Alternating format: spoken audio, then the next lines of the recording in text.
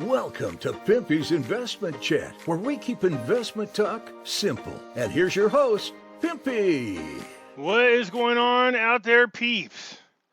Okay, so I got a little notice from somebody in a group challenging me to make a no BS case for a 322 rate for the Iraqi dinar. So I did have a chance to chat back and forth with her privately. I was like, where are you going with this? Everybody knows how I feel about the Iraqi dinar. She goes, yeah, well, I'm in law class right now, and our teacher asked us our opinion on something. We divided into teams, and then he said, now, make a case for the other side. I've heard you talk about other different rates, so I'm curious, can you make a case to have the 322 rate reinstated for the Iraqi dinar? Yeah, I mean, of course I can do that. Like I said before, anything is possible when it comes to the exchange rate. So let me go ahead and make the case now for the Iraqi dinar rate to be reinstated at the exchange rate of $3.22 for every one Iraqi dinar. Before we get started, do me a favor, hit the thumbs up button. If you are not a subscriber, please do so, because when you do, it helps out the channel, and I surely do appreciate it. If you're thinking about buying gold and silver, and now is the time to buy the shine, go to our friends over there at Money Metals Exchange. The link is down below in the description.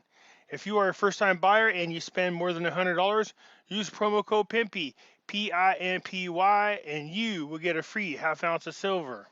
So as I stated, the person said, hey, I challenge Pimpy to do a no BS video making a case for a 322 rate for the dinar.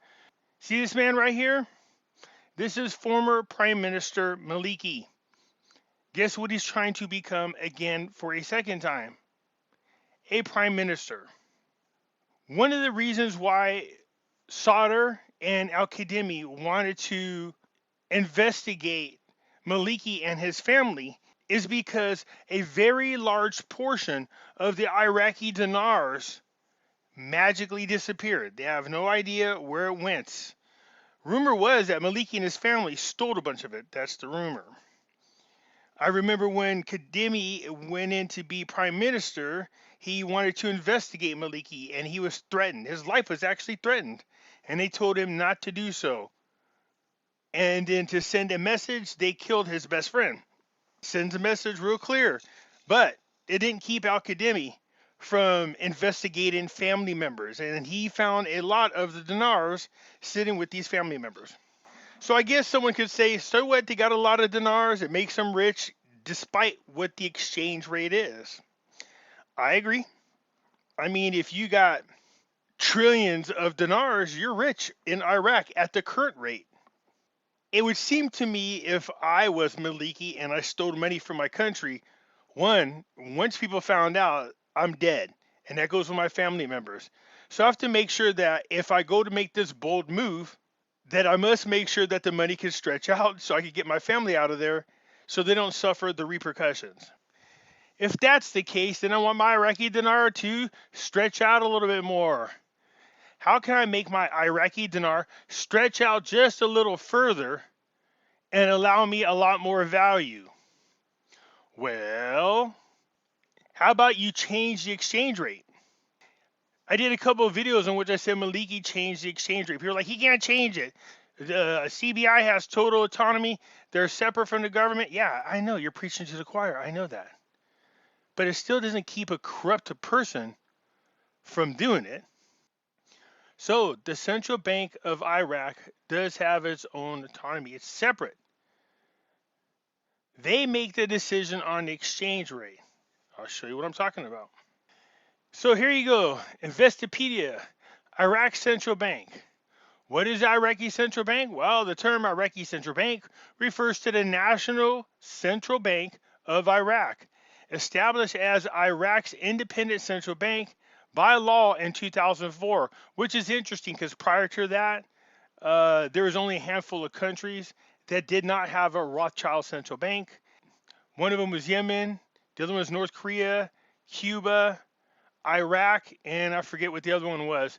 But now there is a central bank, I believe, established in Cuba, and there's a central bank now in Iraq, and of course Yemen. So yeah, it's weird how those countries that didn't have the central bank has, for one reason or another, ended up in war, and because of that war, magically a central bank was established.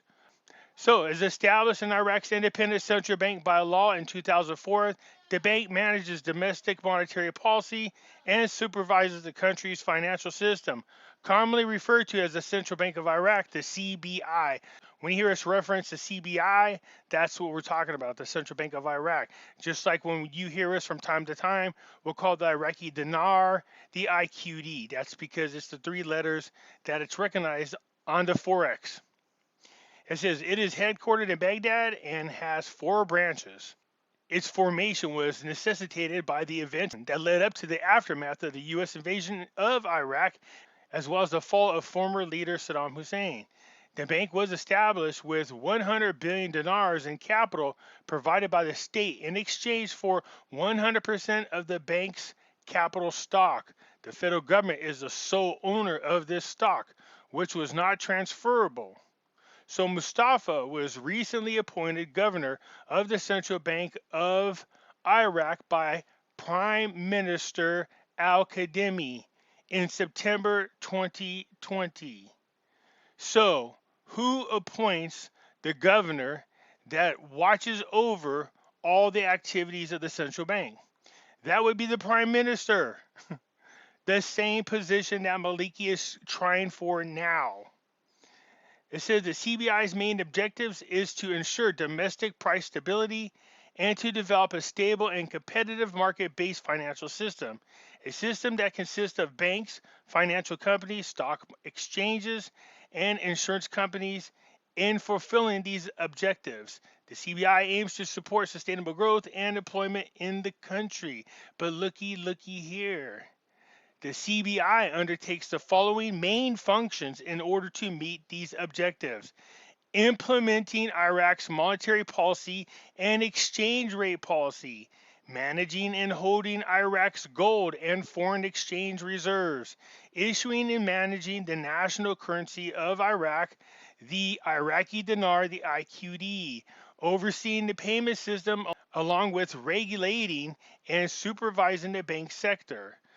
Down below it says the CBI manages exchange rate policies for the Iraqi dinar, which is pegged to the US dollar. The International Monetary IMF describes the peg as a key anchor for the economy. It is partly the USD peg that resulted in sustained low and stable inflation in Iraq, around 2% average for several years. So, what exactly is the governor of the Central Bank of Iraq responsible for? Implementing Iraq's monetary policies and exchange rate policies. Again, and exchange rate policies. And who appoints the Iraqi governor of the Central Bank of Iraq? That would be the prime minister. So what position is Maliki trying to get again? Prime minister. So if Maliki has truly stolen a lot of money from Iraq, like physically stole it, and he's holding on to it out of country, how can he possibly benefit from it? Sure, he can leave it at the current exchange rate and still be rich, but it makes it really hard for him to move that money in and out of country without getting caught. It is better for him to become prime minister, appoint a new governor for the Central Bank of Iraq, who's on the same page as him, or is being bribed, or is about to get some kickbacks, in which they both agree to reinstate the exchange rate back to its original $3.22. Can you imagine how much more money Maliki would have? Not to mention the fact it would be so easy then for Maliki to move large amounts of the IQD. He could simply say, look, the exchange rate is $3.22. I am willing to sell you a portion of whatever amount at the rate of $2 per dinar, and you make $1.22 per dinar, or somewhere along the lines, maybe split it 50-50, and then he can send it off to a legitimate entity like a government that can make the exchange without drawing any red flags. Maliki would be able to exchange his dinars for a much, much higher rate into US dollars, and he could go anywhere he wants in the world without drawing any real red flags. It's one thing to run around with a bunch of IQD versus a lot of US dollars. That money would start to trickle back into Iraq. Sure, it'll probably kill the economy and set Iraq back, but what does he care? If he has a chance to take, and I'm just going to use round numbers for simplification, let's say he has enough dinar that if he exchanged it at the current rate right now, that he would end up with $1 billion.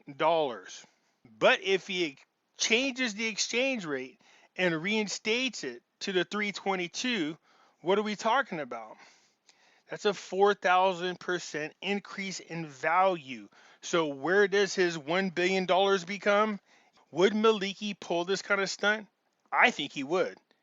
Again, he don't care about Iraq nor the people. He cares about himself. That's what a lot of these corrupt politicians do. They care about themselves and nobody else, including the people that they represent. So it's not just the corruption files that Maliki wants to get away from. He actually has the ability to replace the current Central Bank of Iraq's governor with one that is on the same page with him, with some type of agreement for a kickback. They then agree to reinstate the old exchange rate, despite what it does to the economy or to the country. And Maliki can then, in advance, prior to the rate change happening, make an agreement with a larger entity to buy all the dinars that he has, and then they can offload it legitimately. So in other words, they'd be laundering the dinars, what it is. So there's my case for the possibility of the 322 exchange rate being reinstated. Because the truth of the matter is they have way too much currency in circulation right now to even think about going back to the 322 rate. It would devastate the country. But this guy is not beyond what I'm talking about. So when you ask me to make a no bullshit video to make a case for the reinstatement of the 322 rate, once I heard that this guy was going for prime minister, it would not be beyond him. That's just my opinion. If he's smart, he wouldn't do the 322 rate, but he'd definitely be at the very minimum of $1. So there, I made a case for the possibility of the reinstatement of the original $3.22 exchange rate. Hopefully that answers a lot of questions. And I don't want to get people's hopes up. Don't get excited about the possibility of Maliki doing this. I know a lot of you have been waiting. I know a lot of you have an opportunity to be blessed with a whole lot of money if that exchange rate is indeed reinstated and recognized internationally. But I know the kind of devastation it would have to that country and to the Iraqi people, and to me, it's not worth it. That's just my opinion. Anyways, that's it for now, you guys. Let me know what you think. Hit the thumbs up button. If you're not a subscriber, please do so, because when you do, it helps out the channel, and I surely do appreciate it. And I'll catch you later. I'm out.